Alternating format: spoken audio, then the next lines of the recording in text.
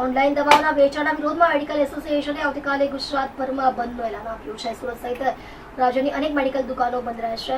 એસોસિએશનનો આક્ષેપ છે કે ઓનલાઈન બજારમાં ડુપ્લિકેટ દવાઓ વેચાઈ રહી છે અને 20% ડિસ્કાઉન્ટના નામે લોકોના આરોગ્યની સાથે ચેડા થઈ રહ્યા છે.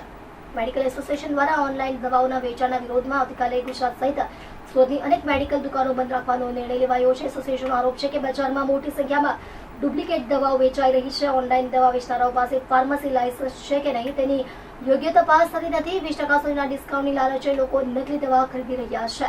મેડિકલ એસોસિએશને આ મુદ્દે આરોગ્ય મંત્રીને આવેદનપત્ર આપ્યું હોવા છતાં કોઈ નક્કર કાર્યવાહી થઈ ન હોવાનો પણ દાવો કર્યો છે. એસોસિએશને સરકારને તાત્કાલિક પગલાં લઈ લોકોના આરોગ્યની સુरक्षा सुनिश्चित करवा માટે अपील કરી હતી. जी आपका नाम? मेरा नाम मुकेश सिरवी है। गुजरात एसोसिएशन ऑफिस का मैं ऑफिस बेरर हूँ और हमारा कल बुधवार को बंद रखा गया है ई मेडिसिन के खिलाफ में और जो मेडिसिन ऑनलाइन पे सप्लाई की जा रही है उसके खिलाफ में। ऐसा है कि आजकल ऑनलाइन पे ज्यादातर मेडिकल घर तक पहुंचते हैं जिसमें नार्कोटिक ड्रग, जिसमें कॉस्मेटिक और ड्रग्स रूल्स का पालन नहीं किया जा रहा है, उसके खिलाफ में हमारा ये मुद्दा है। और हमने ये पहले भी एक बार रखा था, इसके खिलाफ कोई भी गवर्नमेंट ने एक्शन नहीं लिया, तो हमारा कल और पूरे ऑल ऑफ इंडिया एसोसिएशन की तरफ से बंद रखा गया है।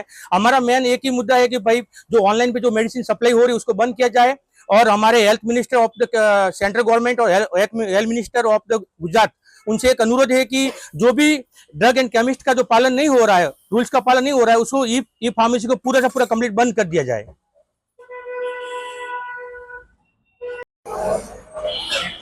जी आपનું નામ? મારું નામ રાવ સાહેબ શામરાવ જાદવ છે। હવે આવતીકાલે 20/5/2026ના દિવસે સુરત શહેર મેડિકલ એસોસિએશન તરફથી ટોટલી સુરત શહેરના મેડિકલ વાળાઓએ હડતાલ પર ઉતર્યા છે।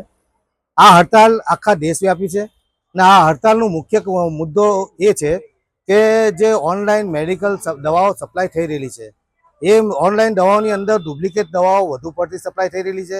એમાં નાર્કોટિક નશાઓની દવાઓ પણ વધારે સપ્લાય થઈ રહી છે।